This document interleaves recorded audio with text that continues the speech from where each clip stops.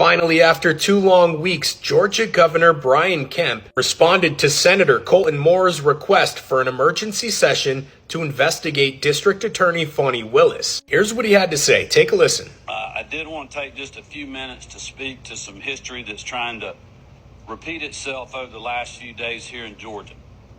Many of you will recall that in the final weeks of 2020, I clearly and repeatedly said that I would not be calling a special session of the General Assembly to overturn the 2020 election results because such an action would have been unconstitutional.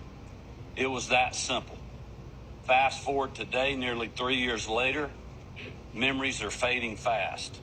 There have been calls by one individual in the General Assembly and echoed outside of these walls by the former president for a special session that would ignore current Georgia law and directly interfere with the proceedings of a separate but equal branch of government.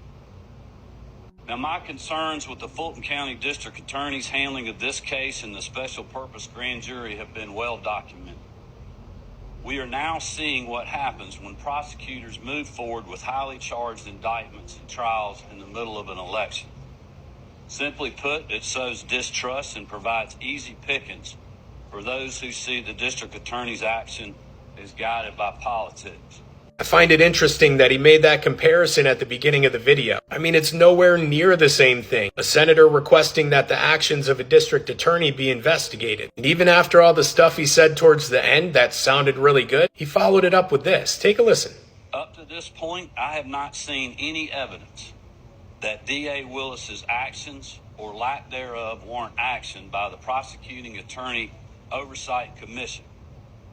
I could list 5 reasons off the top of my head why she needs to be investigated. And he takes some shots. As long as I'm governor, we're going to follow the law and the Constitution, regardless of who it helps or harms politically. Over the last few years, some inside and outside of this building may have forgotten that.